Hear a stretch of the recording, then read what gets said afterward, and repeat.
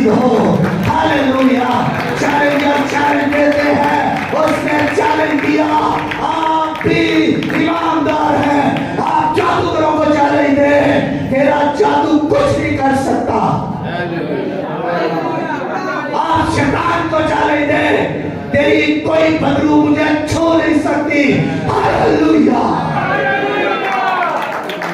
कहे कि मैं खुदा का बच्चा हूं, तेरा कोई वार मुझ पर नहीं चल सकता, तेरी कोई बदलू, कोई मोकल, तेरा कोई जिन्न, कोई भूत, कोई परी मुझे छू भी नहीं सकती।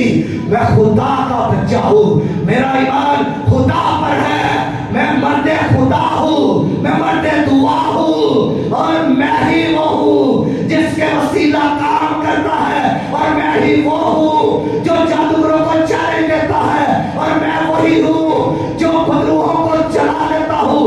आसमान से आग मांगता हूं, आग आती है, बदरूहें चलती है, जादूगर चलते हैं, उनका सारा इलम चल जाता है। आग आती है और मोकल जल जाते हैं, आग आती है और हर तरह का इलम कलाम भस्म हो जाता है। आग आती है, वो आसमानी आग जब आती है तो फिर बदन भी पाक होते हैं, बीमारियां भी, रोग भी खत्म हो जाते हैं। आप आग मांगने वाले लोग हैं। हालेलुया।